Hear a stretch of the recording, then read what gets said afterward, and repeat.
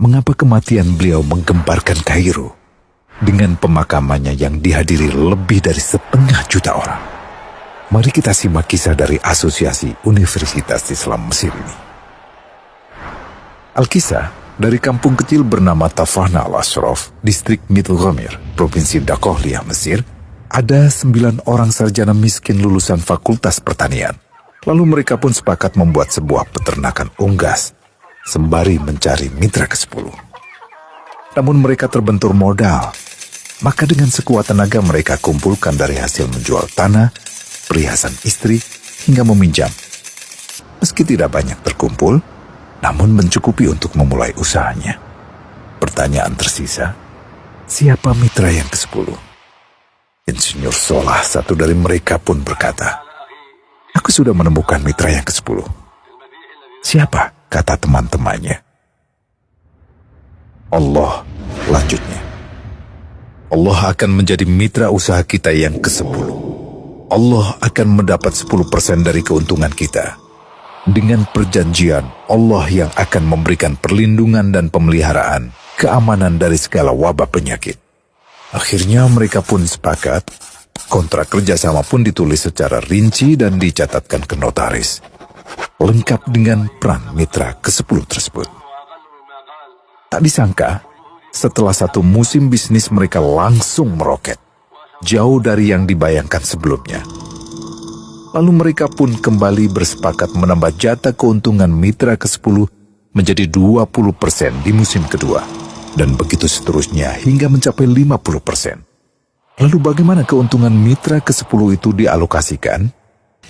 Dimulai dengan membangun sekolah dasar Islam putra, lalu lanjut putri, kemudian sekolah menengah putra, kemudian putri. Tambah lagi madrasah aliyah putra, lalu putri. Tapi karena keuntungan terus membanjir, akhirnya dibentuklah Baitul Mal. Dan mereka pun mengajukan ke pemerintah untuk membangun universitas di kampung. Awalnya ditolak dengan alasan tiadanya akses bagi para mahasiswa. Tak berapa lama mereka pun mengajukan pembangunan universitas lengkap dengan stasiun kereta beserta jalurnya dengan biaya mandiri. Akhirnya permintaan ini disetujui, dan pertama dalam sejarah Mesir berdirilah sebuah universitas di perkampungan kecil. Semakin berkembang, dibangun pula fakultas kedua, ketiga, keempat hingga asrama putri dengan kapasitas 600 kamar. Lalu asrama putra dengan 1.000 kamar. Tiket kereta api pun digratiskan untuk memudahkan transportasi menuju kampung tersebut. Tak cukup hanya itu, dibangun Baitul Mal berikutnya hingga hilang kemiskinan di daerah tersebut. Dan program ini diduplikasi ke kampung-kampung lain hingga bisa dikatakan tak ada kampung yang disinggahi Insinyur Solah kecuali akan dibangun Baitul Mal untuk warga. Bantuan pun diberikan untuk fakir miskin dan para janda. Pemuda pengangguran pun dilatih untuk mengelola perkebunan sayur hingga mandiri, bahkan sampai bisa mengekspor ke negara tetangga. Pada saat panen raya, seluruh penduduk dikirimi paket sayur. Di hari pertama Ramadan diadakan buka puasa bersama untuk seluruh penduduk desa.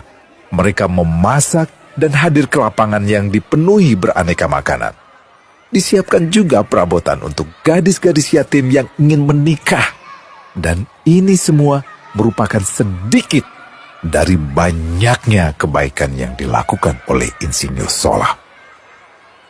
Hingga pada akhirnya disepakatilah keuntungan perusahaan 100% untuk Allah. Insinyur Solah yang awalnya adalah salah satu mitra usaha berubah menjadi karyawan Allah. Dia hanya menerima gaji, namun dia memberikan Tuhannya syarat agar membuatnya hanya butuh kepadanya dan hanya meminta kepadanya. Inilah sosok Insinyur Solah Atiyah, aktor utama kisah menakjubkan ini. Keikhlasannya membuat ia sama sekali menolak terkenal di media massa. Dan kini, meski orang yang melibatkan Allah ke dalam bisnisnya ini telah wafat, terbayang seluruh amal jariahnya yang selalu mengalir untuknya. Masya Allah. Pertanyaannya, akankah ini hanya menjadi sebatas kisah saja? Atau menjadi teladan bagi kita untuk mengikuti jejaknya?